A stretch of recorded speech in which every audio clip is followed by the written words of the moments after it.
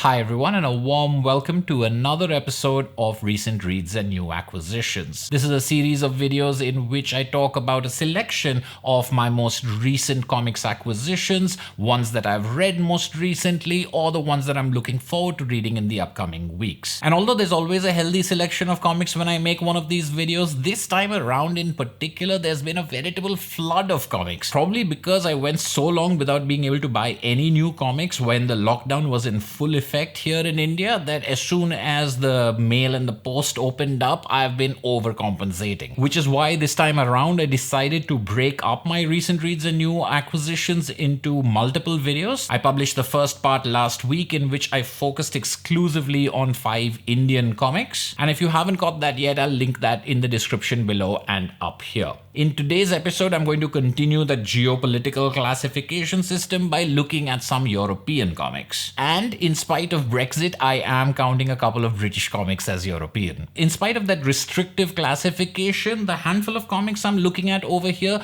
do have a fair amount of range in themselves. There is a classic series that I'm going to try out for the first time. There are a couple of creators whom I've never read but have been strongly recommended, especially by viewers of this channel who I'm trying out for the first time as well. There's the third part of a series that I've been reading for the last 4 years that I've been looking forward to with bated breath, as well as a literary adaptation that I've heard a lot about but I've found very hard to get my hands on until right now. As always, it's a fair amount to get through, so let's jump right into my recent reads and new acquisitions, the Europe edition.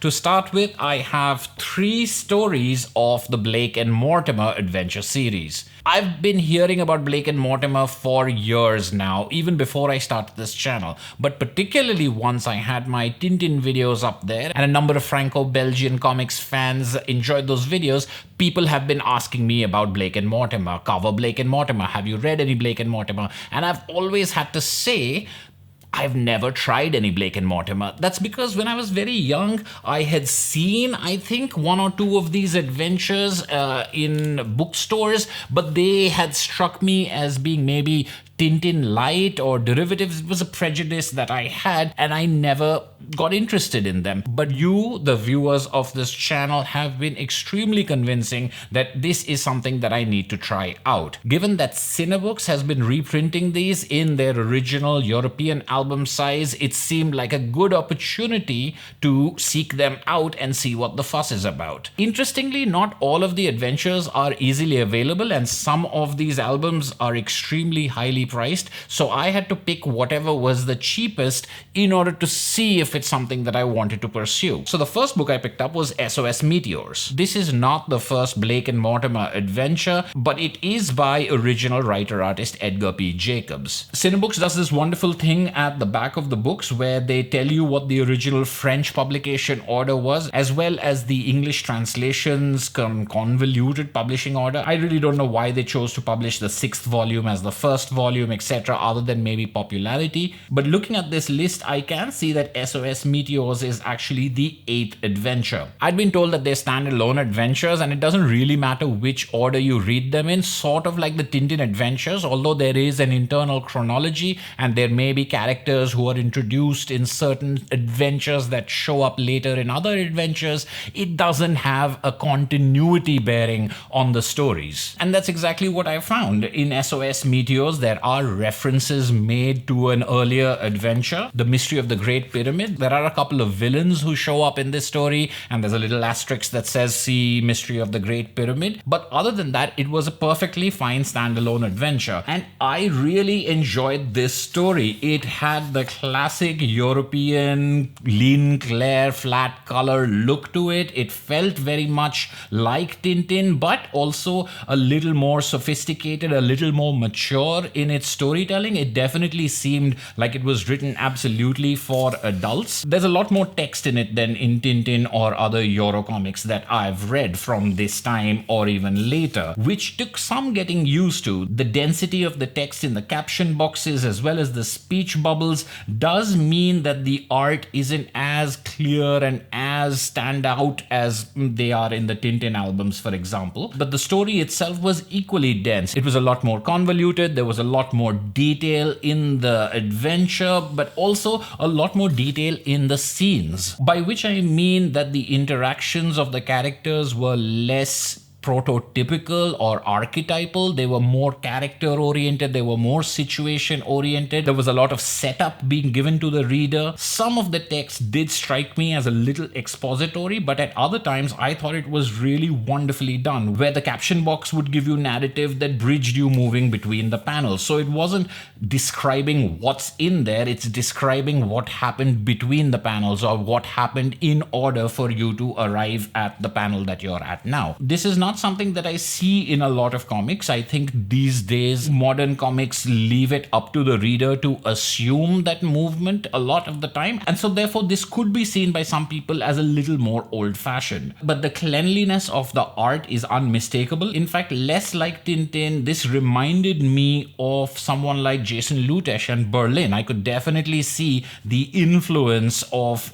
a comic like this on that kind of work, where you've got clean, solid lines but very fully formed shapes, which are a little more realistic, a little less cartoony figures than Hergé might have had. The density of the story itself was also matched by the level of science in it. That's one of the things that really impressed me about this story, and that's what I get the impression all of the Blake and Mortimer stories are. They're all a little science fictional with a bit of heavy science in them. There wasn't anything in this that seemed absolutely ridiculous, even though the situation that was being talked about is preposterous, weather control by evil villains. But instead of feeling like James Bond villainy, it felt very grounded in science. I think once I got used to the amount of text and the level of detail in the dialogue and the narration, I really started enjoying the story. I do think there are parts of the story that made it feel like an older book, but I was surprised at how many parts of the story, especially the action sequences, felt absolutely contemporary. The characters of Blake and Mortimer in this particular story don't spend a lot of time on page together. They're separated by circumstance and time,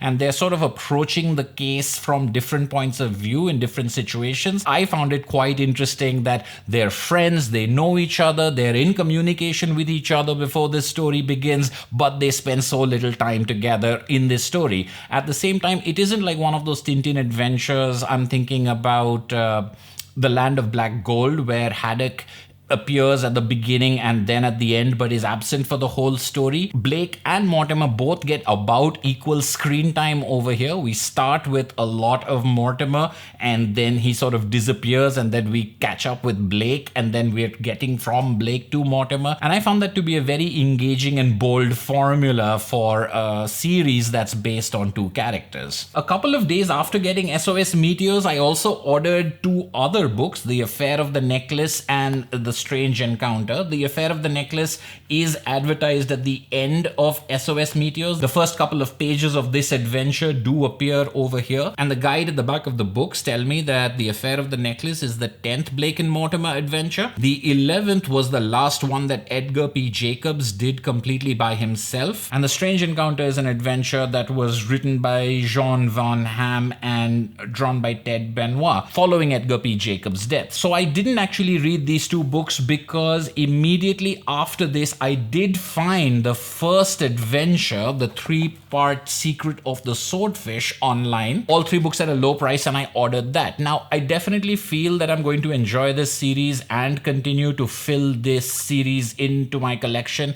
as and when I find copies at affordable prices. So I'm completely fine reading them out of order from now on, but since it's just a question of waiting for a couple of weeks before that order with the first adventure gets here, I can wait this one time.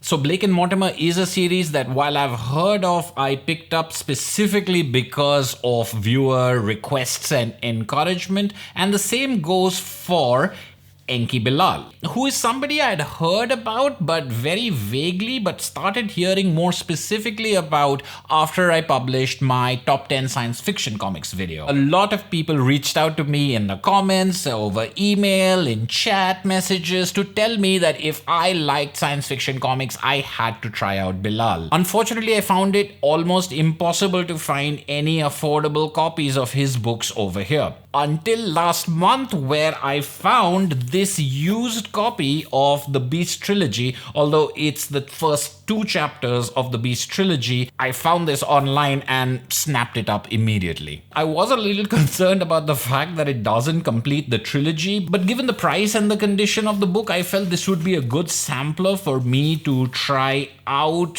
his comics to see if he is someone I'm interested in. And even though I have yet to read this story, just flipping through the pages astonishes me with the artwork. The colors, the art style, the layouts all look phenomenal. Even within the first couple of pages, I think it's very clear that this is one of those glorious, incredibly detailed, wonderfully realized science fiction worlds that people love so much. This floating taxi obviously reminded me of The Fifth Element, which I always thought was something that was based on Mobius and The Fifth Essence, but this particular sequence, at least with the taxi in the cityscape, definitely looks like it inspired some parts of that movie at least. I haven't wanted to spoil things for myself by skipping forward too much. I have gotten the idea that this is a cyberpunk story. It feels dystopian, it feels grungy, and at the same time gorgeous because of this watercolor effect. And I look forward to reading this. This seems to be a part of something called the Bilal Library, published jointly by Humanoids and DC Comics, so I'm intrigued to see if there are other comics in this series out there that I might be able to locate. Also, I hope that the third part is now available in English. If I really enjoy these books and then am unable to complete the story, that would be a real pity. A very different comic by Belgian artist Brecht Evans is The Making Of. Some years ago, I ran across a copy of Panther by Brecht Evans in a bookstore, and I was amazed when I was flipping through those pages at his colorful, abstract, impressionistic, I'm not really sure what the proper art term would be, style. And although I didn't buy that book at that point of time, I've been on the lookout for his books ever since. Again, for some reason, his books have been really hard to find or very expensive over here. Again, I was able to find a second-hand copy online of The Making Of, and I was very pleased to see the same wonderful, indescribable, unclassifiable, beautiful art in these pages. Although it looks abstract, almost experimental, there is a solid story and plot over here from what the few pages that I've read have indicated. It is about a comic book artist who's traveling to a village to attend a comics festival and is disappointed by what he finds over there, but portrayed in such a unique manner. There is this panel-less, borderless style, this saturated watercolor approach that reminds me of things that I've seen by Lily Carey and Eleanor Davis, especially in her How to Be Happy collection of stories. And this seems like it's going to be an absolutely unique read. I didn't get very far because I was scanning through the pages and I knew that I wanted to take more time with it, and then I got distracted by a couple of new arrivals, so I put it aside for a time when I could give it the kind of concentrated focus that I think it deserves. Keeping with the finding of treasures in used comics, but jumping across the pond to England, my next comic is a study in Scarlet, an adaptation of the first Sherlock Holmes story by Arthur Conan Doyle by writer Ian Edgington and artist Ian, I think, Culbard. Edgington is a very famous writer, and Culbard, I think, is a very famous artist. In England, Edgington has written for Marvel and DC as well as 2000 AD, but I've never read any works by either of them. I have heard very good things about their collaborations for the Sherlock Holmes stories. I believe there are 4 of them out there: A Study in Scarlet, Hound of the Baskervilles, Sign of 4, and I forget which one the 4th one is. But I've never, again, been able to ever get my hands on any of of them. This is a pretty worn ex-library copy, but I was very happy to find one finally at a price that I could afford. I grabbed it, and this is one of the reasons why I haven't been able to get to the Bilal and the Brecht Evans, because as soon as I got it, I started reading a couple of pages and I couldn't stop. And that's because this is one of the most handsome adaptations of a popular story that I've read, in both the beautiful art and color style as well as the textual adaptation. In fact, the textual adaptation really impressed me. Many adaptations tend to do away with some parts of Conan Doyle's text, focusing on Sherlock Holmes' speech and his deductions and his boiling down, and otherwise on Watson's admiring descriptions of him.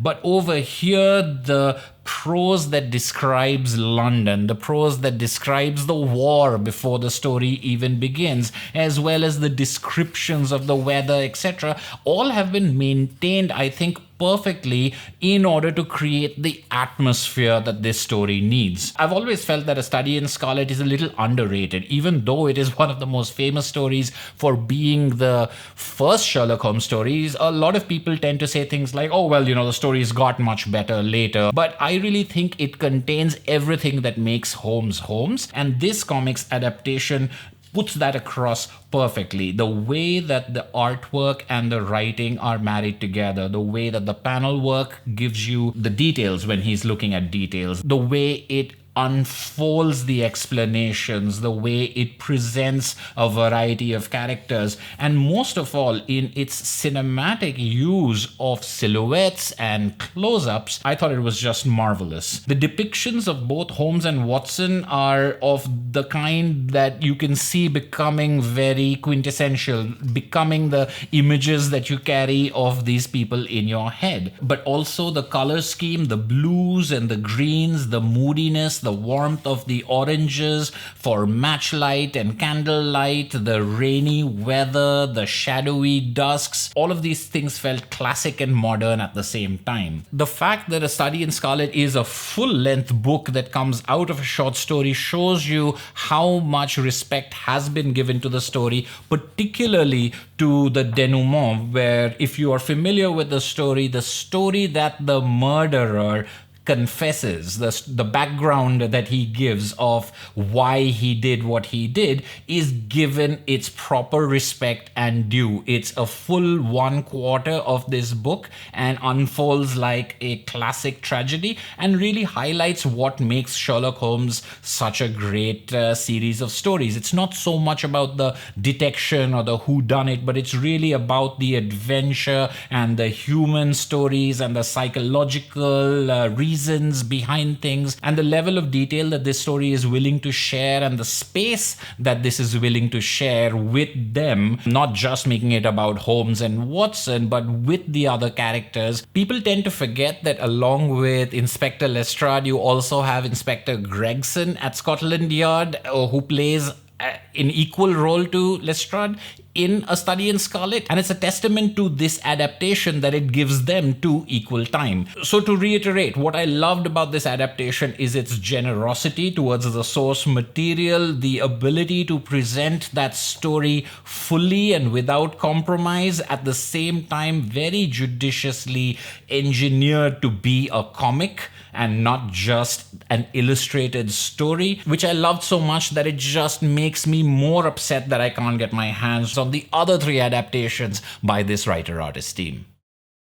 A Study in Scarlet was originally published in England by Self-Made Hero, but the version I ended up finding is actually a Canadian edition out of a US library. But Self-Made Hero, the original publishers, are also the publishers of The Motherless Oven, which I have discussed in my Top 10 Fantasy Comics video. The Motherless Oven was the first book in a planned trilogy of books. The second was A Can Opener's Daughter, and my final book for today is Book 3 in the series, The Book of Forks. Now, this is going to be a tough book to talk about because either you've read The Motherless Oven and you've read this book, because there's no way you're reading just the first two books and not finishing the series, or you haven't read the series and I don't want to talk about the third and final book. So let me just repeat what I had said in my earlier video. The Motherless Oven is a fantastic fantastic comic. It is extremely bizarre. It is surreal and nightmarish, and at the same time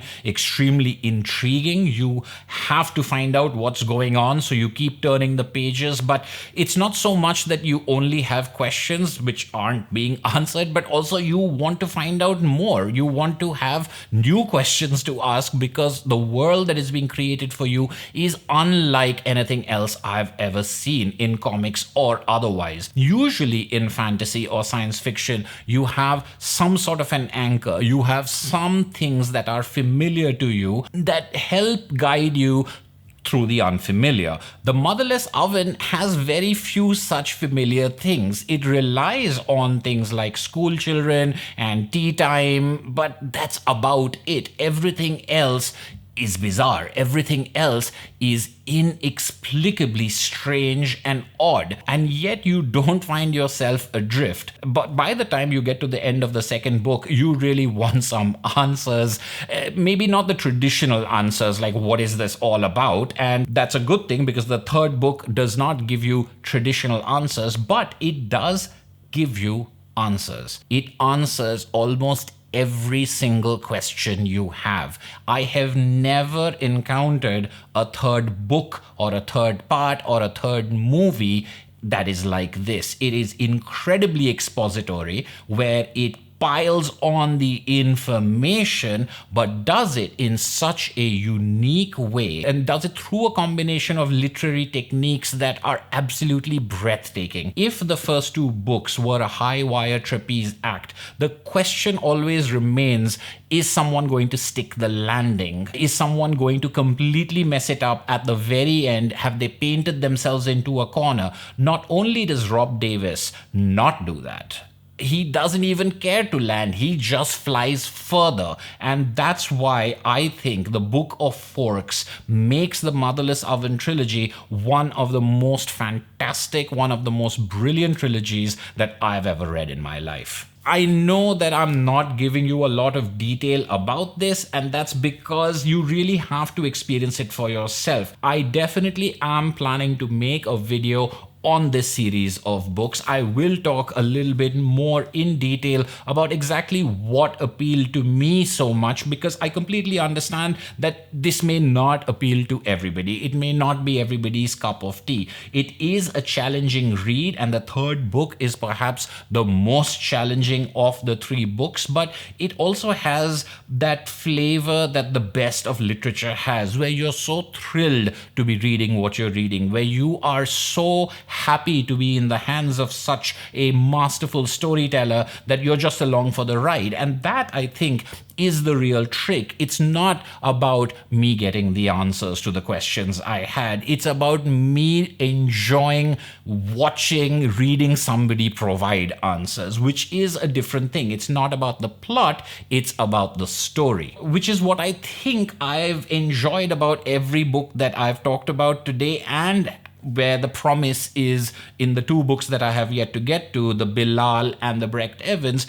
It lies in the story. The manner in which the story is being given to us varies. In one case, it's an adaptation of a classic. In the other, it's this slightly old-fashioned but rigorous science fiction. There is absolutely bizarre science fiction fantasy, and then a story that could just be realistic slice of life, except for the manner in which it's being presented to us. I've been thrilled with these books, and I hope you enjoyed this video giving you a little glimpse into them. If you've read any of these, I'd love to have your take on them in the comments below. Thank you as always for watching, and I'll see you at the next video.